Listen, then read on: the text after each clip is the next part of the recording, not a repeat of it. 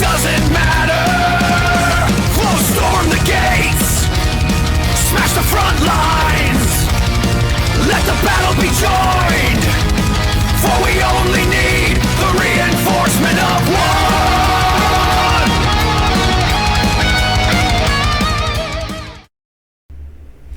Well, good evening again. It's your vault guide. Once again, I'm here to show you some things around the vault. I can point at them. I can direct your attention to them. But only you can choose to look at them and give them your due consideration. Before we get into the review of the Terminator series and how it actually contains Christian themes, living themes, eternal themes that give it lasting staying power. We had talked about that in a long video last time. I want to talk about continuity and why that's important to a Christian. Oh, well, maybe you wonder, is it important to a Christian? Spoiler, yes. It's important to Christians, but the other side, the demonic side of this reality would like it not to be. I don't think there's a gigantic conspiracy on the human side to make us discount continuity, but I do definitely think that often what is motivating humans to make fun of people who care about continuity in stories. I think there's a demonic core to that. So just wanted to look into something. I saw this at the bookstore the other day, kind of got my goat, as they used to say. It's an article by Timothy Zahn. Well, actually, it's not an article by Timothy Zahn. It is an article featuring Timothy Zahn. And the last issue of Star Wars Insider. You know, how a mighty franchise has fallen. For those of you who don't know who Timothy Zahn is, he created Grand Admiral Thrawn. He kind of helped revive Star Wars in the early 90s. Him and Tom Veitch, who wrote Dark Empire. Man, those of you who weren't in the early Star Wars fandom in the 90s, you don't know what continuity battles there were. It was glorious. The back and forths, it laid, in my opinion, laid the groundwork for a lot of the modern internet, for better or worse. But Timothy Zahn, he deserves credit, at least whether you like him or not, whether you like his stories or not, he deserves credit at least for helping to rekindle the fire of Star Wars. I prefer Veitch's Dark Empire. I think that Dark Empire finishes up themes, coincidentally, that were developed in Revenge of the Sith about eternal life. I think whereas in Return of the Jedi, Darth Vader had to save his son, now in Dark Empire, Luke has to make those choices for himself to not go down the path of his father. And people will say, well, man, the Rise of Skywalker, nobody liked that plot line. Well, they didn't do it right. The Emperor returned is not an explanation. In Dark Empire, it's a very dark and evil power that the Emperor's developed. It's not quite as it's developed later on in continuity. It's not quite what Darth Plagueis promised in terms of eternal life. Palpatine never discovered Plagueis' secret, but it is a type of eternal life that he discovers, and Luke has to dive down the path of the dark side to discover how to defeat it. And in doing so, he must face the mirror, and the mirror is a terrible test. No one likes to look at themselves in the mirror. He has to face the mirror and decide to reject the darkness that he sees in himself. Whereas before, his father saved him. Now he has to make the decision for himself. It's a great thing. It's a great theme. It happens in real life. It's something that we could talk about more in depth later on. So I prefer Veitch's Dark Empire to the Thrawn trilogy. Both of these stories helped resurrect Star Wars. I think Zahn tends to be a little bit more on the technical side. He tends to not want to deal a lot with the spiritual side, though he does deal with it a little bit in his final Star Wars books in the old expanded universe continuity, the Hand of Thrawn duology anyway, in the Bantam era. He deals with that a little bit, talks about how just continually drawing on power can corrupt you. He deals with it finally a little bit in those two books. But overall, he tends to try to avoid the spiritual aspects of Star Wars, which, honestly, with the Force and trying to depower characters so that you can actually defeat them, I don't blame him for having those issues sometimes. He tends to be a minimalist, though, on Star Wars numbers and all of that in terms of population, or not population size, but like the forces that factions can muster and everything like that. Neither here nor there. Like I said, there's a lot of reasons to like his work, a lot of reasons to dislike his work. But one thing that caught my eye in this final issue of Insider really irked me, because Star Wars, Lucasfilm keeps pushing this. And of course they do it because they want to make money, but they keep pushing this. And here it is on screen right here. And I'll try to read it. I had to take a picture of it because I'm not going to find it online. And you got a lot of this glare here, but it says, decades after the publication of Heir to the Empire, Thrawn rejoined the Star Wars galaxy proper, making the jump from page to screen as the villain in Star Wars Rebels and Ahsoka. Meanwhile, other characters from the Thrawn trilogy, such as Mara Jade and Talon Karrde, remain filed under the Legends category, and Zahn is quite content with that classification. Imagine sitting around a campfire a long way from Coruscant when somebody says, "Hey, have you guys ever heard the legend of Luke Skywalker and Grand Admiral Thrawn?" They proceed to tell this grand saga as you're zipping yourself into your sleeping bag. You don't know what was true and what was made up. But it doesn't matter. Legends are where you'll find King Arthur, Robin Hood, and Paul Bunyan. Legends are a really nice place to be. Gosh, makes me throw up. Can't stand Zahn. Gosh. Again, this guy has, besides Star Wars, he did like 2 Terminator Salvation books, which actually were really good. And he picked up a plot point that was in the Terminator Salvation novel, which is, that plot point was pretty important because it's really a core theme or idea that makes the Terminator Salvation movie kind of make sense. And we'll get into that one of these days when we finally review that movie. But so I don't want to say I hate everything about Zahn. That's not true. I've tried reading his Conqueror's trilogy. Oh my gosh, that's so boring. There's so much talking. It's surprising that he was able to do a Terminator duology and that he had so much action in those books, because honestly I don't think Zahn likes action. But he loves his Thrawn. You know, he loves Thrawn. He loves Thrawn.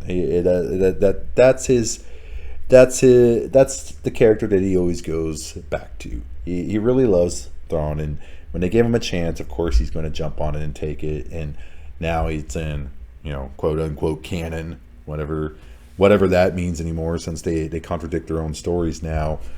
You know, when they're not visual media, if they're just like in terms of like movies or television shows, if they're just like comics or novels, they'll contradict them at will. But in here, he's saying that he's basically giving you an insight into the Star Wars galaxy, and people are sitting around telling legends of Thrawn and stuff. Well, first of all, Zahn, we're not in the Star Wars galaxy.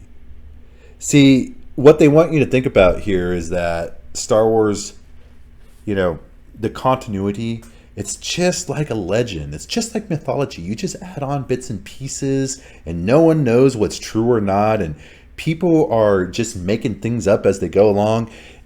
And the disgusting part is that's not true. That's not how legends arose in the first place. Legends weren't just things that people. Now, I don't want to get into really pedantic debate here. I'm sure there were guys sitting around campfires telling stories and stuff. But in terms of like the accepted legend or canon of something, they try to, those things, when there were variations, when there were differences between the stories, those were organic. Those happened because people are separated by regions, natural boundaries, maybe mountains, rivers, stuff like that. They can't go back to where they originally heard the story and check on the facts and check on the ideas again. And, you know, so maybe they'll go by their memory. You get variations organically, naturally, as people tell stories, but not because they're intentionally just making things up. Not because they don't care about truth, but because their memories might be a little shoddy. They're going by memory, and it's natural. It's occurring because they don't have access to the source where they heard it, and so forth and so forth. That source that they heard it from may not have access to the original source. Okay, so this idea of characters in the Star Wars galaxy telling legends and stuff like that, that would be great as a story within the Star Wars galaxy, but we're not in the Star Wars galaxy. We've always had access to the sources. The old continuity, when it was expanded universe, the reason mistakes happened was because the lore was so large, the body of material was so large. Authors either would miss information, or honestly, they would just get really lazy and not check. But ultimately, someone would pick up on that, and a continuity fix would be made, reinterpretation. But it was rarely just left, except towards the end when you had the Clone Wars putting in things. You had these ridiculous games that they were like PSP games, Battlefront games. Those would be really hard. But early on in the middle of the expanded universe, lore was people actually made an attempt to fit it in. And if the authors who were writing the individual stories didn't, then the ones who were writing the source books or the guides did. It was all people tried to make it fit, because you had access to the original sources and you could see, this doesn't work. Okay, how does it? Let's reinterpret it, or let's make it in a way it works. People had access to the original stories. Okay, but nobody was purposely trying to make mistakes in that original lore. Nobody was just like saying, who cares? Not intentionally. Not intentionally. Not like it happened in the Clone Wars with first the Mandalorian culture. I don't know if anybody remembers this, but Karen Travis, she quit because the Clone Wars, it revealed a whole different lore for the Mandalorians than what she had developed in her books. Now, ultimately, someone did go back. If you look at the Bounty Hunters guidebook, there was a little handbook for bounty hunters. Someone did go back and make the lore kind of fit. And in my mind, I know I might be castigated for this, but it kind of was cool how they made it fit. But the point is, it should have never happened in the first place. But that was the first time that intentionally lore was just ignored. And then there were other things. Even Pyle, who died in the Clone Wars. There was no reason to make it Even Pyle who died in the Clone Wars. He was supposed to die after the Clone Wars during the Purge in an original expanded universe story. There were Jedi Master, I forget her name, but she was killed by Grievous in the original expanded universe. But then she's killed by Savage. I think it's Savage Opress. Yes, it's Savage Opress. She was killed by Savage Opress in the Clone Wars, just intentionally going over stories. Okay, and we're going to get to, you're going to be like, well, how do you know they didn't do that in the past? How do you know that they didn't just intentionally run over stories in the past in real life? And I'm like, we'll get to that.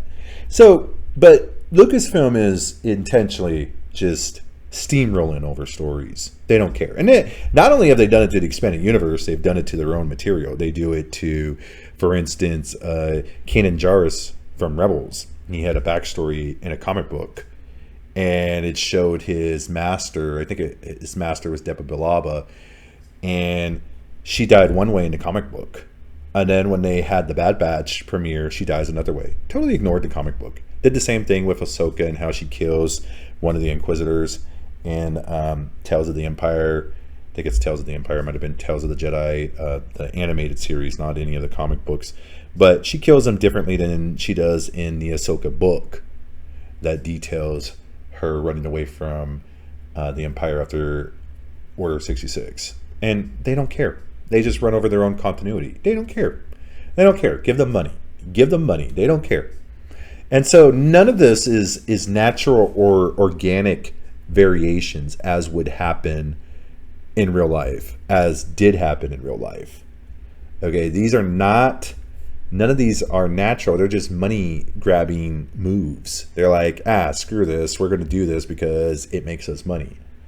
Okay, nobody who created real legends and variations of those legends were thinking about making, well, they weren't thinking about making money. And again, well, at least not in the way the corporation is thinking about it.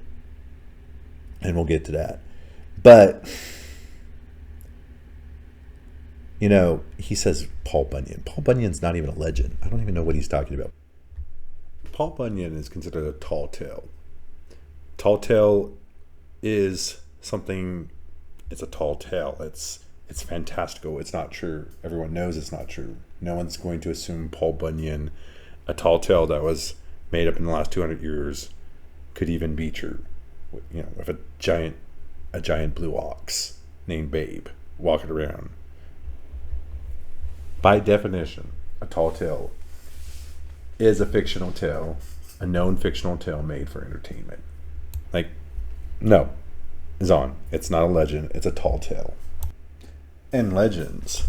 Have legends turned out to be true? Yes. Take the Iliad and the Odyssey, for example. Because of those epic stories and details that were written down, they were able to find sites that they think are the actual Troy.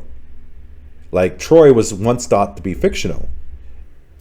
But I learned in college there was an English archaeologist, and he took stories like the Iliad and the Odyssey, he took them at face value. But he discovered what they now believe to be the site of Troy. He discovered it based on clues in the Iliad and the Odyssey, and also did the same thing with the Minoan the Minoan civilization, based on those tales of King Minos, the Minotaur, and all of that, in clues left in those stories. They were able to discover what they now believe is the site of the Minoan civilization. So, does that sound like people who did not care about continuity, who did not care about getting the facts right? For those of you who are unbelievers, you don't believe in the Bible, you don't believe it's God's inspired word, fine. But here are some facts. In the 1800s, everybody thought that all the various Ite civilizations were made up and fictional.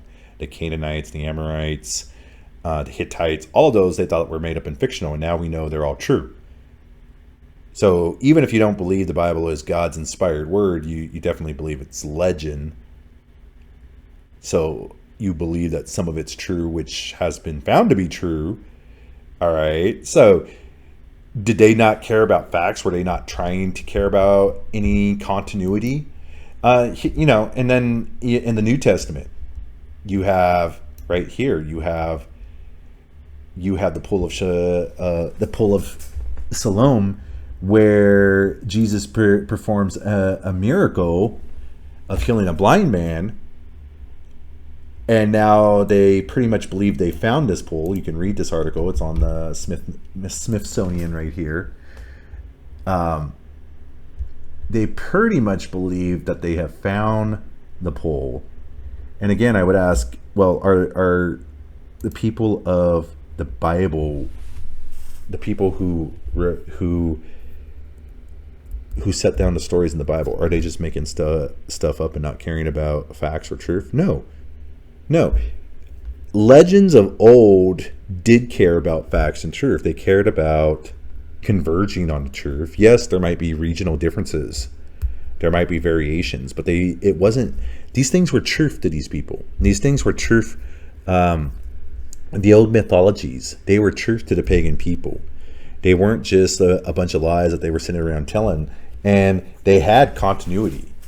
Now, Lucasfilm and current day Star Wars, they aren't going as far as making Thrawn a female or something like that, or Mara Jade a man. Those are variations of which they wouldn't care about at all. They would be showing that they wouldn't care about continuity at all. They were, these characters that they're bringing back into the canon do show some shades of their old selves from the expanded universe. Thrawn is still supposed to be a tactical genius. You could debate that, but that's what he's supposed to be anyway, right? So they have characters in there that still have shades of their old selves. But that's not the point. See, that's not developing organically or naturally, these variations. They're just ignoring old continuity. Not just the expanded universe, but also in a lot of cases, like I said, their own continuity from that is current. They just don't care. So to give them a pass would not make any sense, because these aren't natural. These are not natural organic differences that are developing. These are not natural organic variations. They're just making this up, and they're running roughshod over all continuity just to make money. So don't give them the pass on that. Don't listen to Zahn here. He doesn't know what he's talking about. He thinks Paul Bunyan is a legend.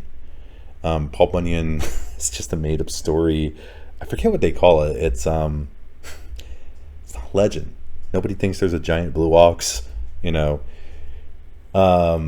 whereas they do debate the existence of Arthur. They do debate the existence of Robin Hood. There's a lot of candidates for Robin Hood. There's a few candidates for Arthur. Did they exist? Did they not? We don't know, but those are true legends. And so you're going to say, well, how do you know that? How do you know that they cared about continuity? Well, take the Roman Pontifex Maximus. Not the current one, which is the Pope. I'm talking about the pagan one. The Romans literally felt that their society lived or died by getting pagan religious ceremonies correct. When you said the prayers and you did the physical ceremonies, they had to be 100% correct. These were the most OCD people that you could meet. In fact, the middle finger, they would give that when you gave them a compliment to ward off bad luck. It's like saying break a leg. It's so silly. But if you did the religious ceremonies wrong, they had to be all done again, all over again. And if they were not done all over again correctly, that might invite bad results onto Roman society. They cared about continuity. You don't see a female version of Hercules. That would break continuity. Everybody knew Hercules was a man. Okay, you just don't see it. Now, again, you don't see things that bad in current Star Wars where Thrawn is female and stuff like that. However, you do see that in other continuities. You get female Thor in Marvel.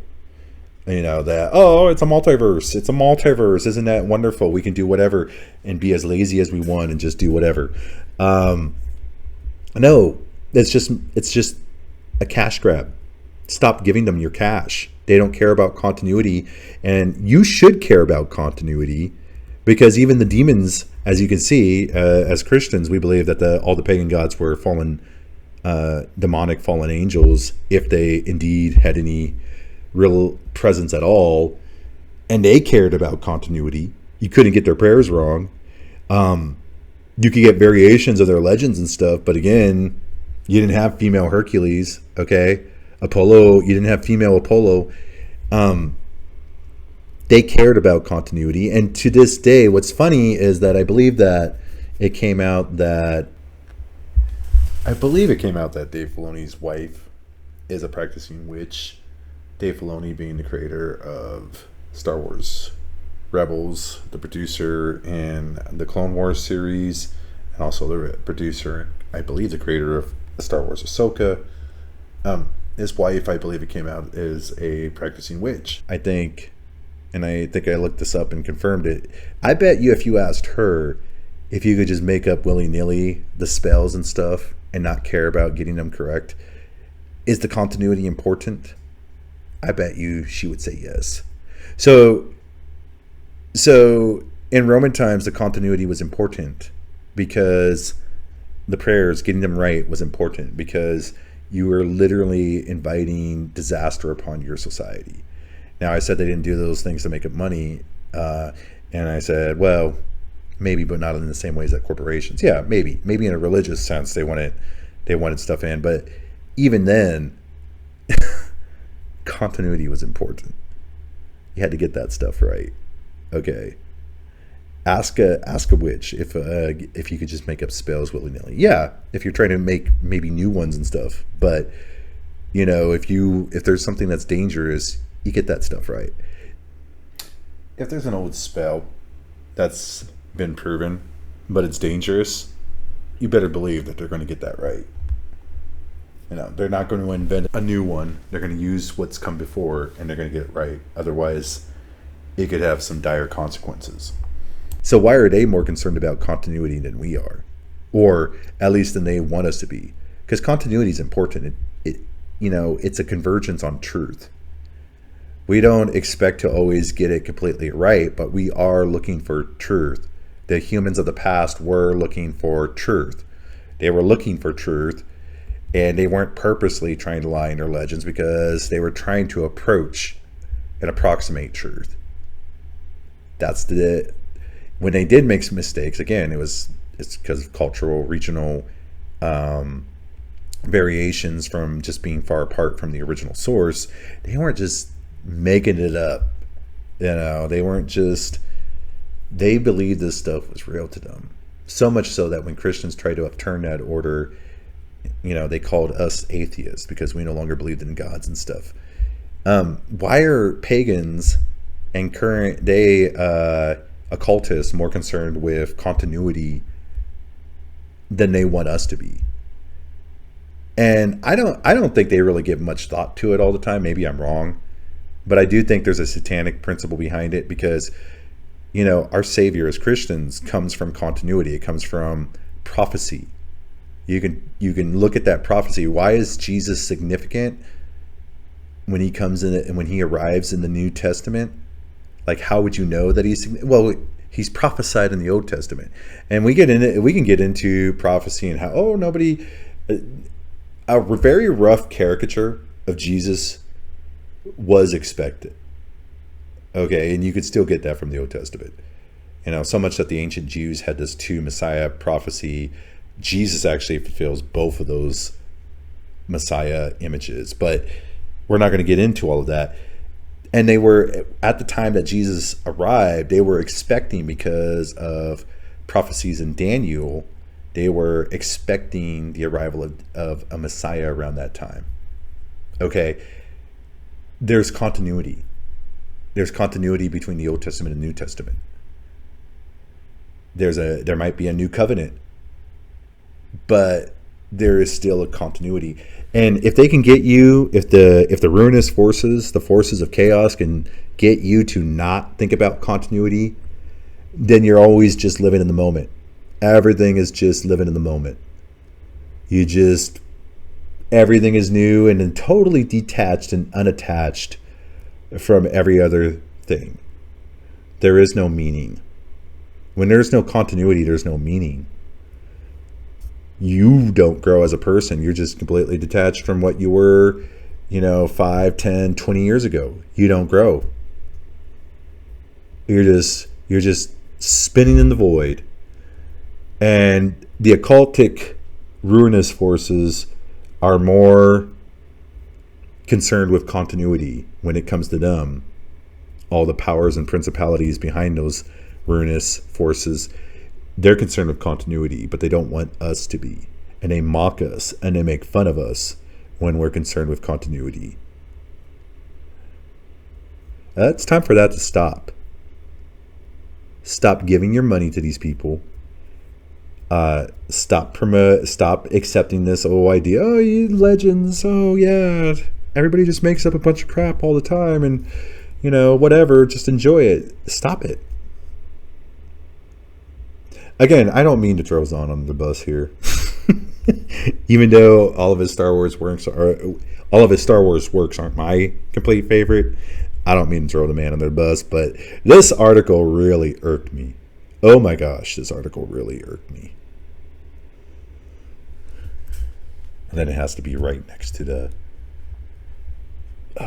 High Republic space station crap, the Lost Light or the Last Light. What, Starbright? What is it? Whatever.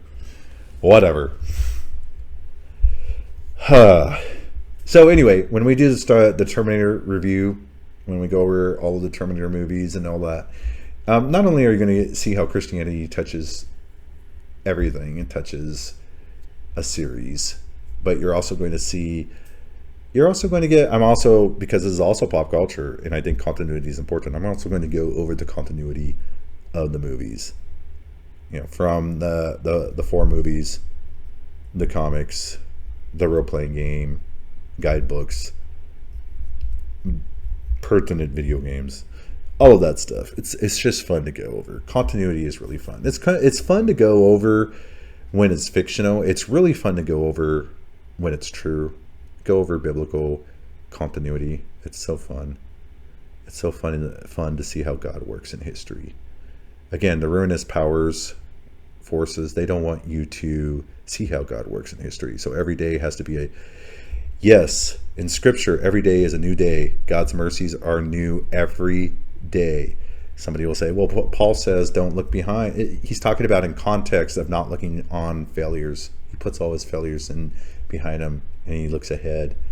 But we are also called, as an example, look in the Old Testament where God has the Israelites celebrate things that he did for them in the past. And Christians have also celebrate things that he's done for us in the past. We're called to look on those good things and connect them together. We're still called to look and thank God for the cross. We are not called to forget those good things, the continuity of good things. We are not called to forget that.